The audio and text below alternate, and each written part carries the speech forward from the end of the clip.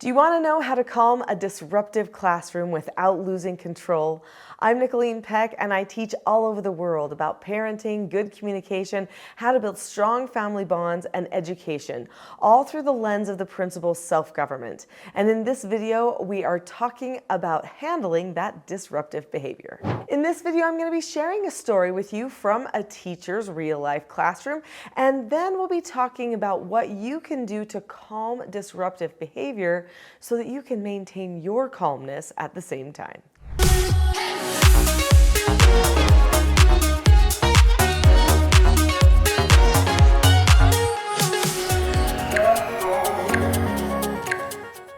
Janet teaches 5th grade. Now, if you know anything about 5th graders, you know they can be a little active. The hormones for some of them are starting to kick in. Things are starting to get exciting with learning. Their social connections are ramping up. They've got things flying through their minds, and so they can be a pretty active group. There was a time when Janet really did not enjoy her 5th grade class. They were attention-seeking all the time. And if you know what attention-seeking is, then you know that that means that they're looking for people to laugh at them, or maybe even sometimes argue with them, but just getting in each other's faces and trying to have silly take over the classroom.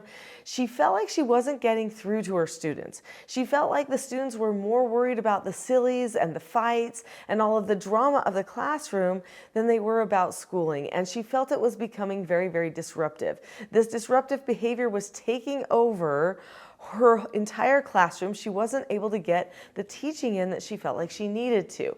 So then she decided to look into teaching self-government. I actually have a course on my website called the Teaching Self-Government Skills for Success. It's training for classroom behavior and discipline. And she took that course and she implemented the skills and principles that were in that course into her classroom.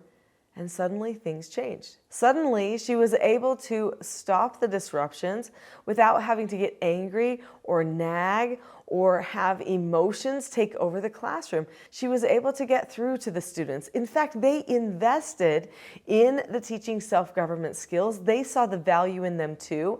They matured and she got the success that she wanted. So what were some of the things that she did? Let's talk about that. So what was Janet's problem? Her problem before she learned the skills that she needed was she wasn't prepared. So she was going to the wrong part of her brain and she was emotionally escalating in her classroom. She wasn't having the calmness that she needed. And when you escalate, that actually invites more out of control behavior, more disruption in the classroom.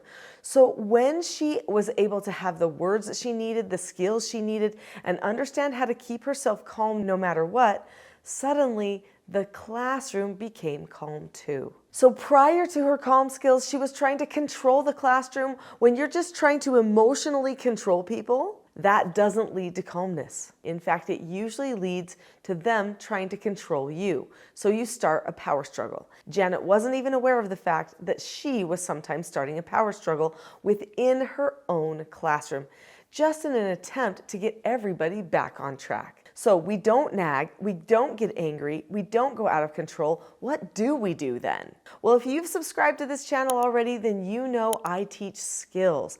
And those skills are best utilized when you pre-teach them to the students. One of the key things that Janet did was she pre-taught her students what they would need to succeed with each other and with her in her classroom. She taught them communication skills. And these weren't just tricks to try to get control of them.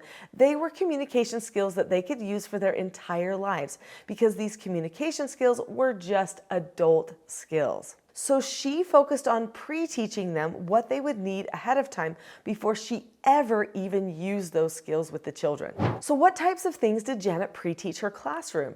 She pre-taught them about calmness, what it really meant to be calm and what it was not like to be calm. And I have to say that many people don't fully understand calmness. A lot of people think I can be calm if I get everything my way.